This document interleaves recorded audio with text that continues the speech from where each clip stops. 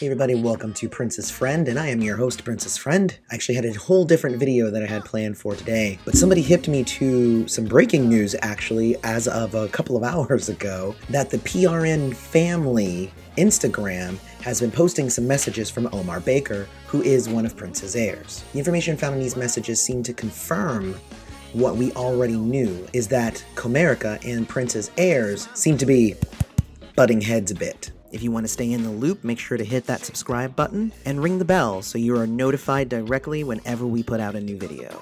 And just so we don't get anything wrong, I'm going to go ahead and read it verbatim, because this is important information for us to know how Prince's estate is being run.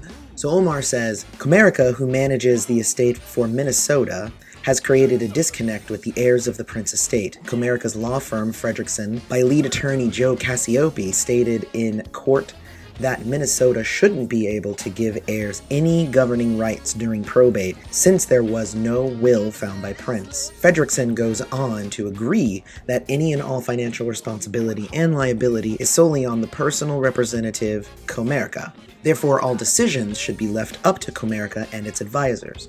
We know through dealing with the prior bank, Bremer Trust, that if any blame is to be theirs to own, it gets passed down to their advisors and or business partners, so no blame can ever be placed on them.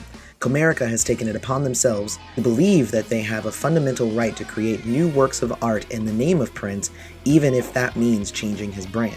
Most, if not all, of the heirs disagree to Comerica's aggressive position. Comerica continues to entertain the heirs with board meetings that have no substance, and in my personal opinion, where heirs' voices are heard but not acted on. Aretha Franklin estate, take note. If you want your estate to work collaboratively with heirs, be sure to have a music management company manage the estate during probate. And during the process, have them put in writing a veto process that will govern any new creative work that may be created in the future. Lastly, I hereby believe that Comerica is mismanaging our estate by rebranding it into Prince Purple Rain, a Warner Brothers product that undermines 20 years of hard work that made something that Prince could call his own, and that his descendants could call their own.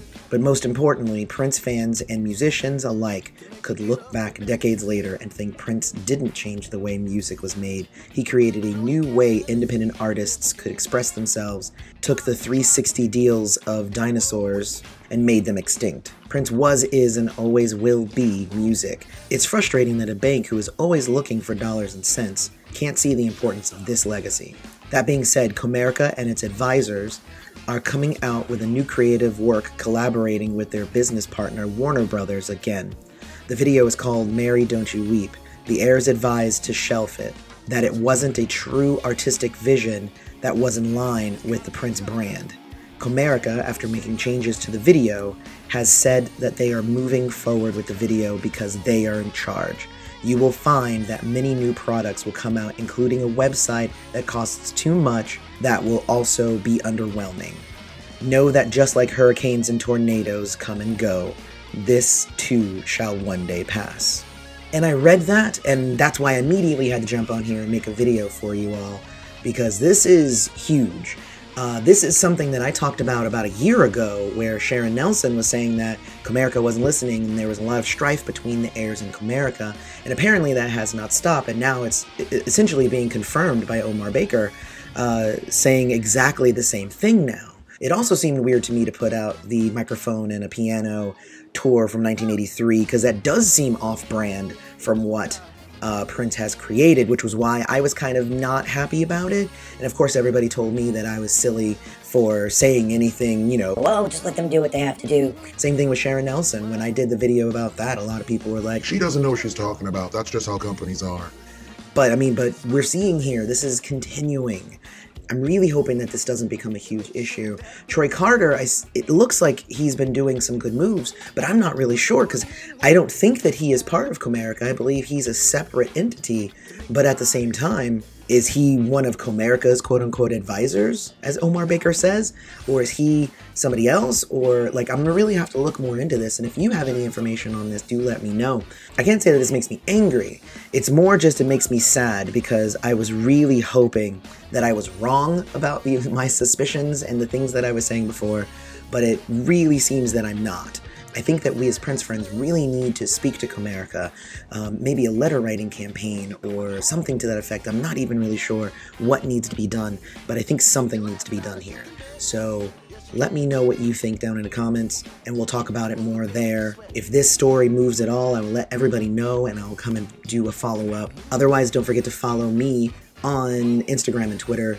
Don't forget to check out the Patreon and the Facebook. And as always, may you live to see the dawn, and have a good day. Hey everybody, I hope that you really enjoyed that video. We're back with a new logo and new intros and new music, and we're going to have all the reviews, all of the discussions that has become kind of the staple of Prince's Friend, and we're very excited to bring that to you. Stick around for the fun.